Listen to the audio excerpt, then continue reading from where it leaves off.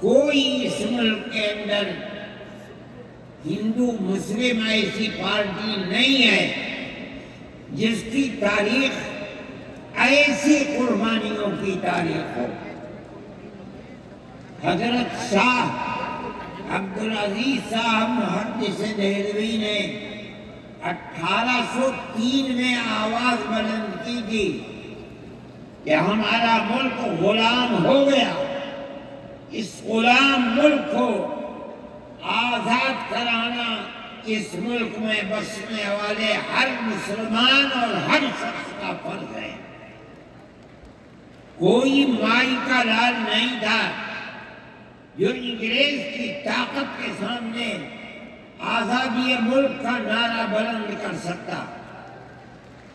ایک مسلمان عالم دین نے اسی دلی کے اندر اس نعرے کو بلند کیا، اس کی جائیداد قرق کر دی گئی، اس کے مدرسے کو دفن کر دیا گیا، اس کو دلی بدر کر دیا گیا، لیکن یہ مسلمان ایسے نہیں تھے جو کسی ملک کے پیسے یا اس کی سطوت اور اس کی طاقت کے سامنے سر جھکا دیتے۔ جو انہوں نے اپنا موقف اختیار کیا تھا پتھر کی چٹان کی طرح، اسی طرح اس موقف کے اوپر کھڑے رہے۔ سب سے پہلا جہاد سن 1932 کے اندر ہوا، ہندوستانی لوگ تو جانتے بھی نہیں، اور اس کے اندر لوگ مر گئے، ختم ہو گئے۔ شاہ عبدالعزیز صاحب کے رشتے کے، ان کے قریب، ان کے اولاد میں شاہ اسماعیل شہید اور رائے بریلی کے شاہ احمد شہید دونوں کے دونوں ختم ہو گئے، شہید ہو گئے بالا کوٹ کے میدان میں، لیکن پیچھے نہیں ہٹے۔ وہ لوگ جو بچ کر آئے تھے سن 1857 میں پھر جہاد کر دیا، اور اس کے اندر صرف اسی دلی کے اندر 33,000 مسلمان شہید کیے گئے، اور لال قلعے سے لے کر جامع مسجد تک درختوں کے اوپر ان کی لاشوں کو لٹکا دیا گیا۔ یہ مسلمان کی تاریخ ہے، علماء کی تاریخ ہے۔ بتائیں کون ہے جس کی زندگی کے اندر یہ تاریخ مل سکتی ہے؟ میں کہتا ہوں، لاکھوں آدمی کے سامنے کہتا ہوں، کوئی مائی کا لال ہے جس نے اس ملک کی اس طرح خدمت کی ہو جس طرح مسلمان علماء نے خدمت کی ہے؟ میرے بھائی، جمعیت علماء انہی مجاہدین کی بنائی ہوئی جماعت ہے۔ ہم تو ان کے جوتے سیدھے کرنے والے ہیں۔ ہمارا کیا کام ہے؟ ایک ہی کام ہے کہ انہوں نے جو جمعیت کی بنیاد کے اندر ہندو مسلم اتحاد اور ملک کے ہر بسنے والے کو ایک پیغام دیا تھا پیار و محبت کا، ہم اسی پیغام کو لیے بیٹھے ہوئے ہیں۔ ہمارا کام صرف اتنا ہے، دنیا توڑنا چاہتی ہے، حکومتیں برباد کرنا چاہتی ہیں، فرقہ پرست ذہنیت آگ لگانا چاہتی ہے، یہ نعرہ دینا چاہتی ہے کہ ہندو الگ، سکھ الگ، مسلمان الگ۔ ہم کہتے ہیں نہیں، ہندو مسلم سکھ عیسائی بھائی بھائی۔ یہ ہمارا پیغام نہیں ہے، ان بزرگوں کا پیغام ہے جنہوں نے پھانسیوں کے تختوں کو چوما، اپنے اس ملک کے لیے چوما ہے، اس کی آزادی کے لیے چوما ہے۔ اس ملک کے اندر یگانگت اتحاد جس کو آج آگ لگایا جا رہا ہے، ہمارے بزرگوں نے اسی اتحاد کے لیے اپنی قیمتی جانوں کو قربان کیا ہے، اور ان کا مقصد یہ تھا کہ ملک آزاد ہو جائے، حکومت ایسی بننی چاہیے جو حکومت سیکولر حکومت ہو، کسی کا حق نہ جائے۔ کانگریس اس لیے نہیں بنی تھی، یہ 1803 کی آواز ہے کہ ملک غلام ہو گیا، جہاد کرنا فرض ہے۔ کانگریس کا تو وجود بھی نہیں تھا۔ کانگریس تو 28 دسمبر 1985 کو بنی ہے اور اس کا پہلا اجلاس بمبئی کے اندر ہوا ہے۔ آپ لوگ سمجھیں اس کو، کانگریس ملک کو آزاد کرانے کے لیے نہیں بنی تھی۔ کانگریس کی تجویز موجود ہے، وہ کہتے ہیں کہ ہندو مسلم ملک کے بسنے والوں کی اس جنگ و جدال سے 2 جہاد، سن 32 کا 1857 کا، اس جہاد کے نتیجے میں جو برطانیہ کی حکومت اور ہندوستان کی حکومت میں دوری پیدا ہو گئی ہے، کانگریس کا مقصد تھا کہ اس دوری کو ختم کر دیا جائے، ملک کو اپنے گردن سے زنجیر غلامی کی نکال کر توڑ دیا جائے۔ کانگریس کا مقصد نہیں تھا۔ میں آپ سے کہتا ہوں یہ بات ہے اور کانگریس کی تجویز میں موجود ہے، کوئی اس کی تردید نہیں کر سکتا۔ کسی نے حضرت گنگوہی رحمت اللہ علیہ سے پوچھا کہ ایک جماعت بنی ہے جو ہندوؤں نے بنائی ہے انگریز کے ساتھ مل کر، کیا مسلمان اس جماعت میں شریک ہو سکتا ہے؟ حضرت نے فتویٰ دیا اور یہ کہا کہ جس طرح اپنے کاروبار میں ہندو مسلمان شریک ہو سکتا ہے، اسی طرح اس پارٹی کے اندر بھی ہندو مسلمان شریک ہو سکتا ہے، بشرطے کہ دین کو کوئی نقصان نہ پہنچے۔ اس فتوے کا نام ہے نصرت الابرار، جو پرانی مکتبے ہیں، لائبریریاں ہیں، یہ آج بھی وہاں موجود ہے۔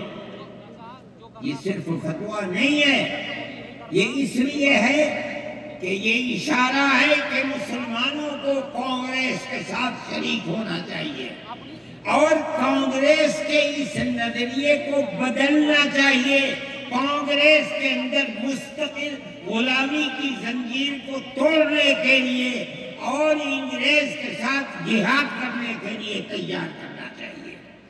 مسلمان جوق در جوق اس کے اندر شریک ہوئے، کانگریس کے اس نظریے کو بدل دیا اور کانگریس کو ملک کی آزادی کے لیے کھڑا کر دیا۔ یہ مسلمان کا، علماء کا، جمعیت علماء کا کردار ہے۔ کوئی مانے نہ مانے، تاریخ میں لکھی ہوئی چیزیں ہیں، ہم سے پوچھے ہم وہ تاریخ کی لکھی ہوئی چیزیں لیں گے۔ ہماری تاریخ کو مٹا دیا گیا، وہ طبقہ وہ آج ملک کے اندر اسلام اور مسلمانوں کو دفن کرنا چاہتا ہے، وہ ہماری تاریخ کو دفن کرنے کے اندر کامیاب ہو گیا، مگر ہم کہتے ہیں کہ ہماری تاریخ ہے۔ میرے بھائی، ملک اسی طرح چلتا رہا، جیسے جیسے آزادی قریب آتی رہی، جمعیت علماء ہند وہ تنہا ایک جماعت تھی جو برابر موتی لال نہرو، جواہر لال نہرو، گاندھی جی سے یہ بات کہتی رہی کہ ہمیں ضمانت دو، ہم 143 سال ہیں ہماری زندگی، جہاد کی زندگی، ہمیں یہ ضمانت دو کہ ملک آزاد ہوگا تو اس کا کردار سیکولر کردار ہوگا، دستور سیکولر دستور ہوگا، جس کے اندر ہندو، مسلمان، سکھ، پارسی، عیسائی ہر ایک کو اپنے مذہب کے ساتھ جینے کا حق ہوگا اور حکومت کا کوئی مذہب نہیں ہوگا۔ ہمارے پاس تجویزیں موجود ہیں، برابر ہمیں مفتی کفایت اللہ صاحب جو جمعیت علماء کے اس وقت صدر تھے، نام لے کر ان کے پاس موتی لال نہرو، گاندھی جی، یہ لوگ اپنی ورکنگ کمیٹیوں کی تجاویز بھیجتے ہیں، مفتی صاحب کرم فرما، مفتی صاحب یہ ہے کہ ہمارا ملک جب آزاد ہوگا ہم گارنٹی دیتے ہیں کہ ملک سیکولر ملک ہوگا۔ اس کا کیا مطلب ہے؟ ہمارا کردار، ہمارا مذہب، ہمارا وقت، ہر چیز آزاد رہے گا۔ مسلمان جس طرح چاہے گا اپنی زندگی گزارے گا، اپنے مذہب کو سینے سے لگا کر زندگی گزارے گا۔ میں یہ بات صرف ہوائی نہیں کہہ رہا ہوں، آپ غور سے اس تحریر کا ایک ایک لفظ سنیں۔ ہری پور ضلع سورت کا اجلاس عام جو 19، 20، 21 فروری 1938 میں 47 میں ملک آزاد ہوا، یہ اجلاس 1938 میں، اس سے بھی 9 سال پہلے، یعنی آج کے مقابلے میں 80 سال پہلے یہ اجلاس ہوا تھا۔ اس کے اندر تجویز دیکھیے آپ، ورکنگ کمیٹی نے 1937 میں اپنی کلکتے کی میٹنگ میں اقلیتوں کے حقوق پر جو تجویز پاس کی تھی اسے یہ کانگریس منظور کرتی ہے، اس وقت کی بات ہے، اور نئے سرے سے اعلان کرتی ہے کہ ہندوستان کی اقلیتوں کے تمدنی، مذہبی اور لسانی حقوق کی حفاظت کرنا کانگریس کا پہلا فرض اور بنیادی پالیسی ہے، تاکہ حکومت کی کسی بھی ایسی اسکیم میں جس میں کانگریس شریک ہو، اقلیتوں کو ترقی اور نشو و نما کا زیادہ سے زیادہ موقع مل سکے۔ آپ الفاظ پر غور کیجئے، اور وہ قوم کی سیاسی، اقتصادی اور کلچرل زندگی میں پورا حصہ لے سکے۔ اس کے بعد اس بنیاد پر مسلمانوں کو مطمئن رہنا چاہیے کہ آزاد ہندوستان کی حکومت نے ان کا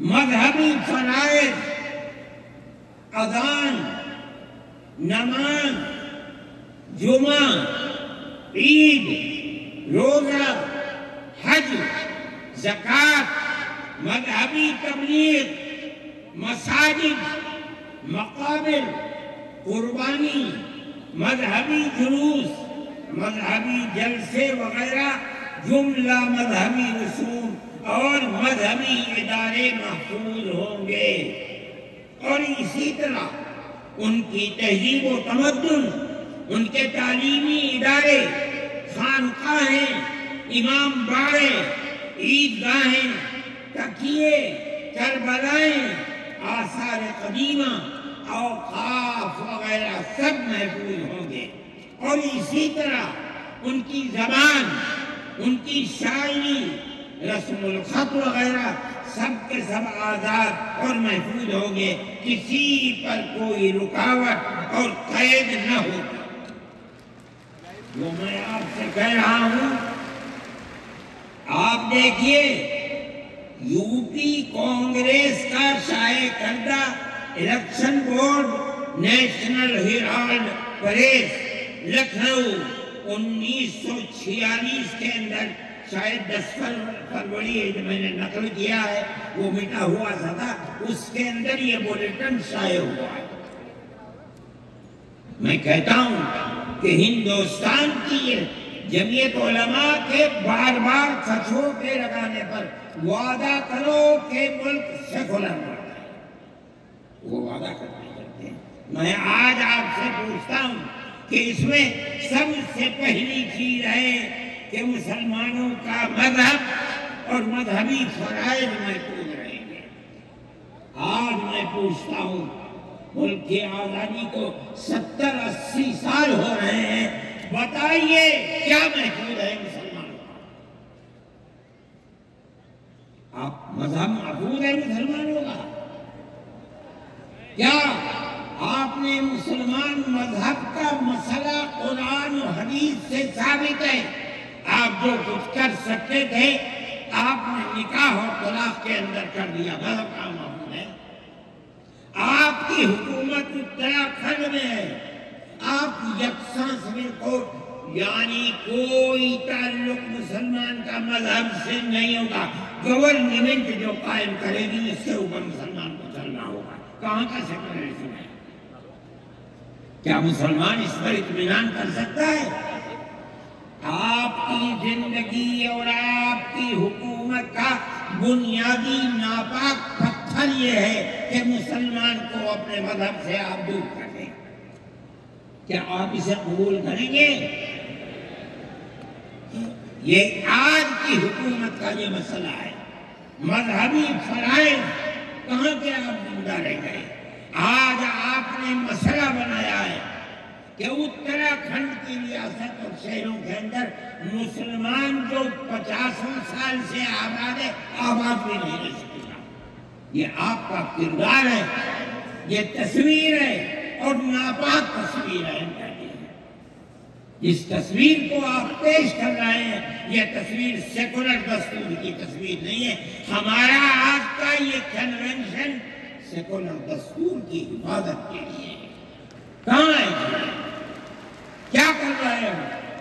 اس ملک کو، ملک میں رہنے والوں کے لیے جہنم بنا رہے ہو۔ جمعیت علماء اس کو قبول نہیں کرتے۔ ہم تو کہہ رہے ہیں اس بات کو، کسی کی زبان اٹھتی ہو یا نہ اٹھتی ہو، لیکن ہم کہتے ہیں کہ جو ہو رہا ہے وہ ملک کو آگ لگانے کے لیے، دستور کو آگ لگانے کے لیے ہو رہا ہے۔ جمعیت علماء اسے قبول نہیں کرے گی۔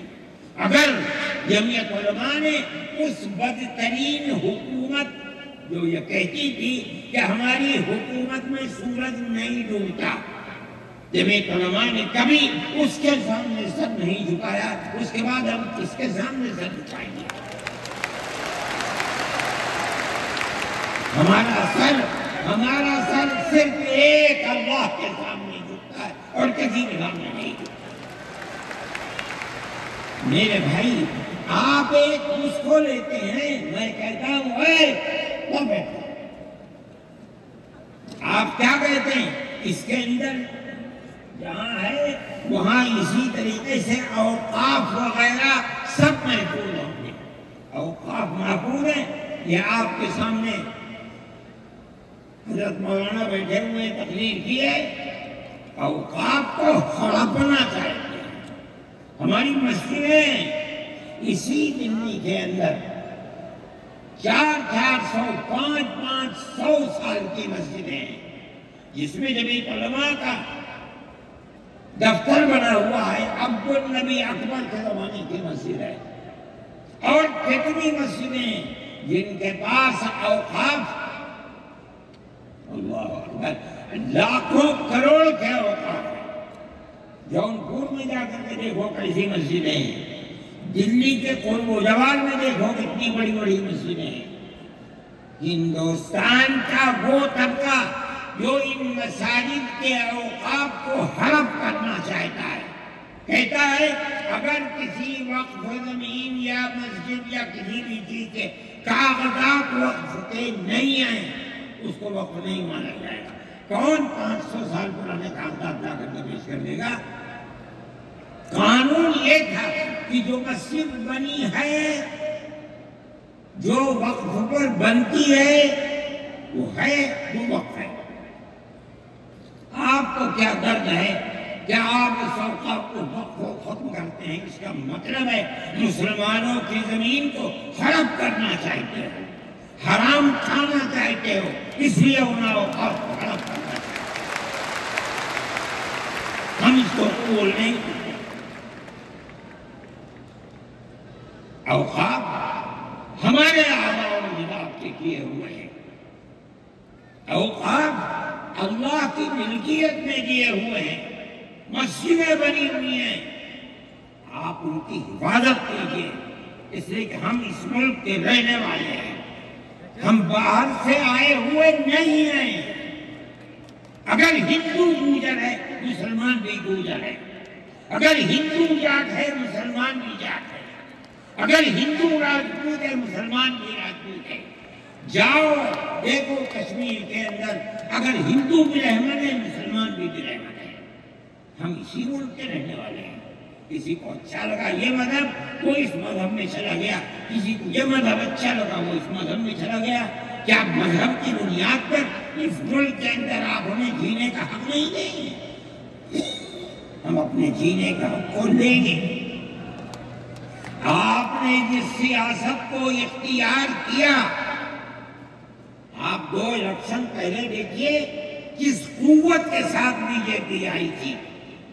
آپ نے جس پالیسی کو اختیار کیا, سیکولرزم کو آگ لگانی چاہیے, اس کا نتیجہ اس الیکشن میں کیا ہوا؟ بی جے پی ہار گئی.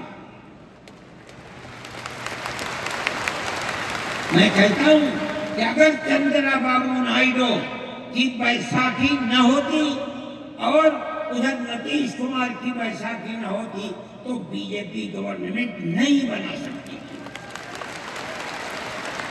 کیوں ہوا؟ وہ جو 14 سال پہلے اتنی قوت کے ساتھ آئی تھی کہ لگتا تھا کسی دوسری جماعت کا چراغ ہی نہیں چل رہا ہے, وہ چراغ آج بجھ کیسے گیا؟ اس پالیسی کی وجہ سے. ملک کی پالیسی اگر بھائی بھائی کی ہوگی ملک زندہ رہے گا.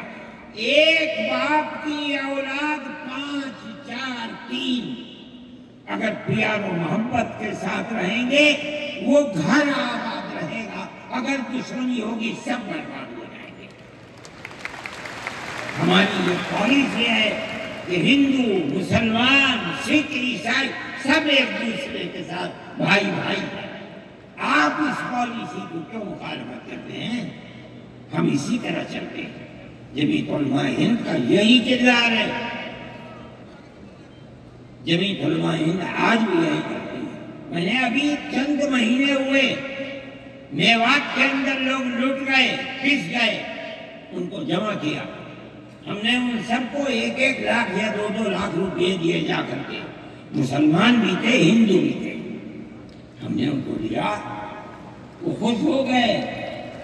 ہم ہر سال تقریباً 1.5 کروڑ روپے دیتے ہیں بچوں کو جو پڑھنے والے ہوتے ہیں, جو غریب ہوتے ہیں, اونچی تعلیم کے لیے.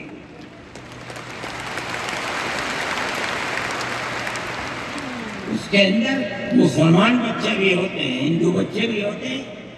جمعیت علماء ہر ایک کی مدد کرتی ہے. وہیں ملک کے لیے کام کریں. میں جا رہا تھا ایک مرتبہ بنگلور سے سوال ہوا, مجھے جانا تھا سوئٹزرلینڈ. ایک میٹنگ تھی وہاں سعودی عرب کی, سوئٹزرلینڈ کے اندر. میں جب گیا جہاز کے اندر صبح ہوئی تو میں نے چائے وائے پی. میرے پاس جو پائلٹ تھا چلانے والا وہ آیا, میرا شکریہ ادا کرنے لگا, آپ نے بڑی محبت دیا. میں نے سوچا کیا بات ہے, کیا آپ کو کہنے لگے کہ مجھے اس جگہ تک پہنچنے میں جمعیت علماء اگر مدد نہ کرتی میں نے کچھ کر سکتا. مجھے حیرت ہو گئی کہ کیا بات ہے. ہم ہر ایک کی مدد کرتے ہیں. کیرلا کے اندر سیلاب آیا, لوگ لٹ گئے, مر گئے. ہم نے مکانات کی مرمت کی, ہم نے مکانات کو اثر نو بنوایا بھی.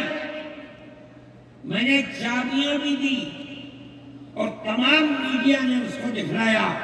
ہندو بھی تھے, مسلمان بھی تھے, ہندو عورتیں بھی تھیں جن کے ہاتھ میں نے چابی دی ہے. جمعیت علماء کا یہ کردار ہے. ہمارے بزرگوں نے متحدہ قومیت کتابیں شائع کی ہیں. اس کا مطلب ہے کہ ہندوستان کی قوم مذہب کی بنیاد پر نہیں بٹے گی. جو ہندوستان میں رہتا ہے ان سب کی ایک ہی قوم ہے. مذہب کی بنیاد پر قومیں تقسیم نہیں ہوگی. یہ ہمارا کردار ہے. ہم اس کردار پر زندہ ہیں اور اسی پر چلتے ہیں. صحیح ہے یہ ملک کے اندر جو پالیسی چل رہی ہے کہ ان کو مار دو, ان کو گرا دو, ان کو. آسام کے اندر یہ پالیسی آج سے نہیں سن 12 سے چل رہی ہے. جمعیت علماء تنہا جماعت ہے ملک کے اندر جو آسامیوں کے مسائل کو جانتی ہے.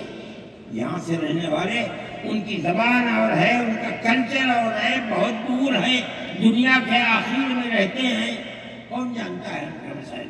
تنہا جمعیت علماء ہے جو ان کے مسائل سے دلچسپی لیتی ہے، گھستی ہے، کروڑوں روپیہ خرچ کرتی ہے. یہ ایک مسئلہ تھا. اس سے پہلے ایک اور مسئلہ تھا.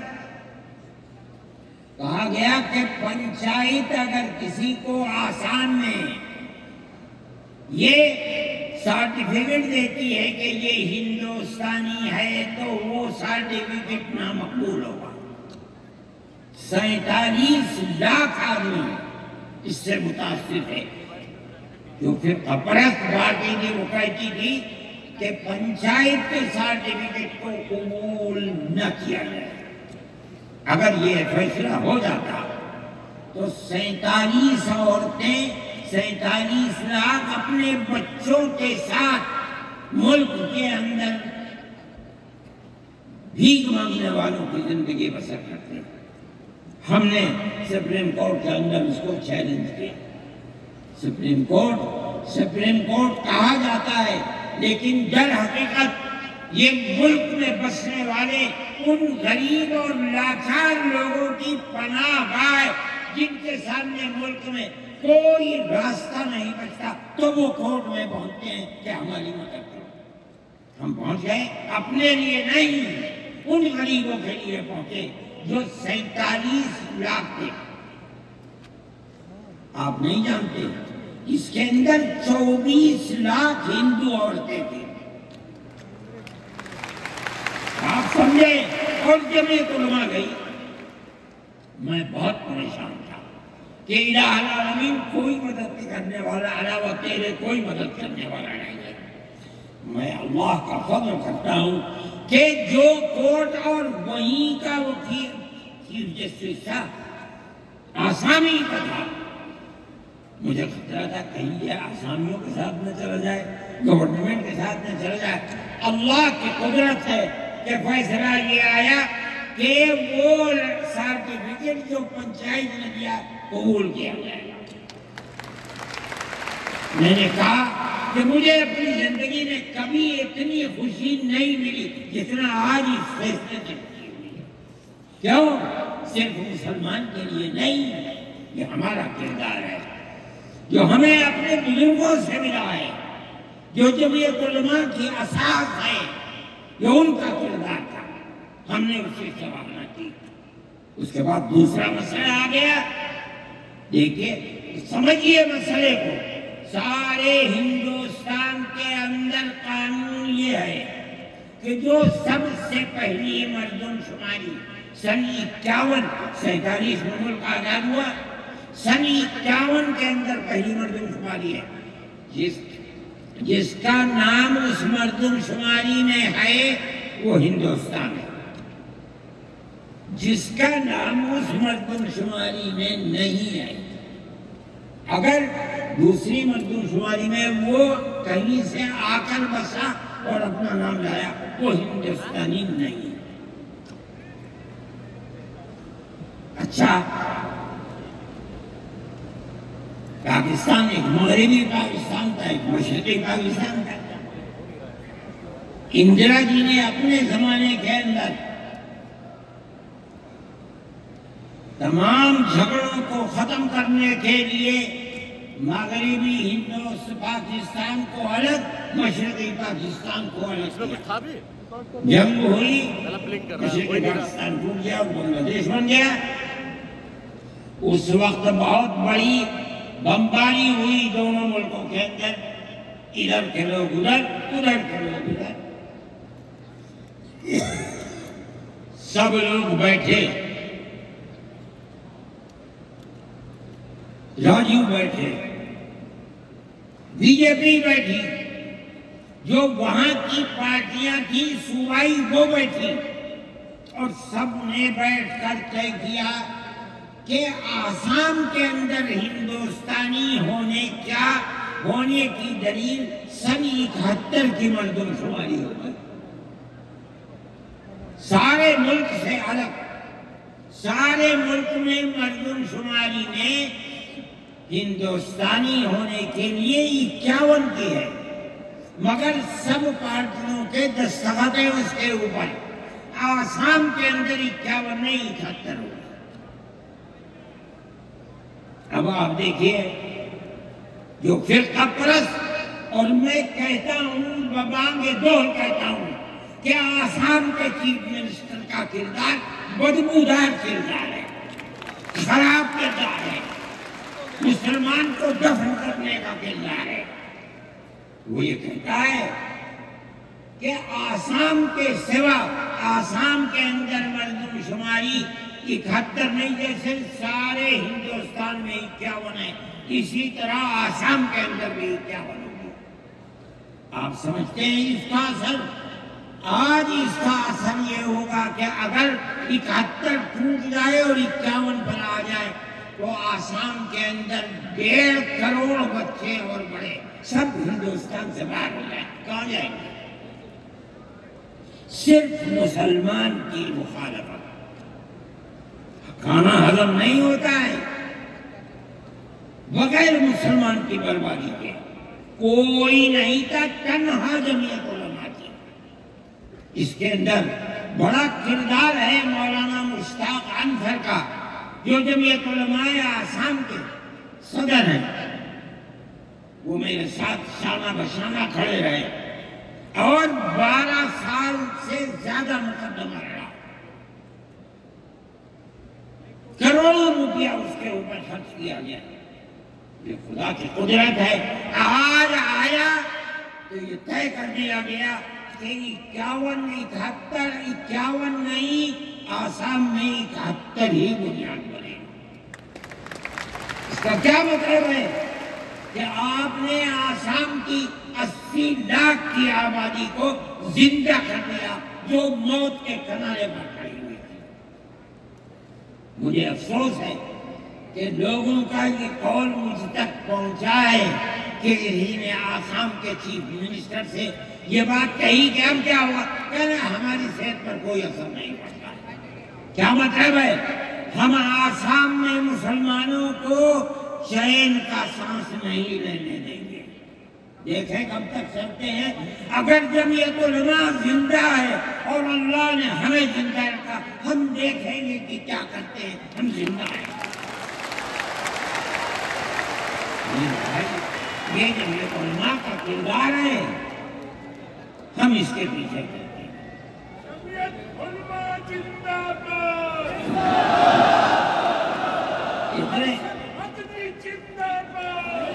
اتنے موٹے آدمی کی آواز نکلتی نہیں ہے۔ میرے بھائی، ہمارا یہی کردار ہے۔ ہم ان مسلمانوں کی مدد کرتے ہیں جو مسلمان مصیبت کا شکار ہے۔ یہ فرقہ پرست ذہن جس کا میں ذکر کر رہا ہوں ہر جگہ موجود ہے، ہر وقت موجود تھا، آج یہ زیادہ ہے، پہلے اتنا نہیں تھا۔ ہر جگہ مسلمان کے لیے، جوانوں کے لیے مصیبت کا شکار ہے۔ خاص طور پر ہم سے لوگ کہتے ہیں کہ تم ان کے مقدمات کو کیوں لڑتے ہو؟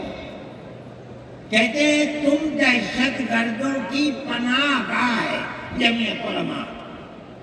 یعنی ان کا مفروضہ یہ ہے کہ جتنے لوگوں پر الزام لگا ہے دہشت گردی کا، وہ سب کے سب حقیقت دہشت گرد ہیں، اور جمعیت علماء دہشت گردوں کی، ملک ویرودھیوں کی جمعیت علماء مدد کرتی ہے۔ مجھ سے بھی یہ بات کہی، میں نے کہا کہ تم نے کوئی مائی کا لال ہے تو کھڑا ہو گیا، بتائے۔ جمعیت علماء لوور کورٹ نے پھانسی کی سزا دے دی، گجرات کے اندر ہائی کورٹ میں پہنچے، انہوں نے پھانسی کی سزا دے دی۔ ہم اس کیس کو لے کر، اس کے اندر ہندو بھی تھے، مسلمان بھی تھے، سپریم کورٹ میں آئے۔ سپریم کورٹ میں ہم نے مقدمہ لڑا اور سپریم کورٹ نے انہیں سب کو باعزت بری کر دیا۔ میں نے کہا کہ کسی ملزم کے لیے گورنمنٹ ہندوستان کی حکومت نے حق دیا ہے کہ مقدمہ لڑو۔ اگر کوئی غیر ملکی ہندوستان کے اندر پکڑا جائے، اپنے مدعا کو پیش کرنے کے لیے گورنمنٹ اس کو وکیل دیتی ہے۔ ہم نے کیا جرم کیا ہے؟ ہم انہیں وکیل دیتے ہیں لڑنے کے لیے، بہتر سے بہتر وکیل دیتے ہیں۔ ہم کہتے ہیں کہ لڑو مقدمہ، تاکہ دودھ کا دودھ، پانی کا پانی الگ الگ ہو جائے۔ مقدمہ لڑے اور سپریم کورٹ کہتی ہے کہ جھوٹا الزام تھا، جھوٹ ہے، جھوٹ ہے، جھوٹ ہے۔ ملک کے اندر فرقہ پرستی ہے، دشمنی ہے، ہر طبقے کے اندر ہے۔ کوئی بھی طبقہ، پولیس کا ہو، انتظامیہ کا ہو، کسی کے اوپر جو چاہے الزام لگا دے۔ جمعیت علماء آج بھی جو کیس لڑ رہی ہے، 1050 کیس ہیں جو lower court, high court, supreme court کے اندر لڑ رہی ہے۔ 1050 کیس ہیں اور اس کے اندر 850 ملزم ہیں۔ ہم لڑتے ہیں مقدمہ، ہم یہ سمجھتے ہیں کہ آپ جس کو ہائی کورٹ، سپریم کورٹ تک یہ ثابت کر دیں کہ یہ ملزم ہیں، انہوں نے دیش کے ساتھ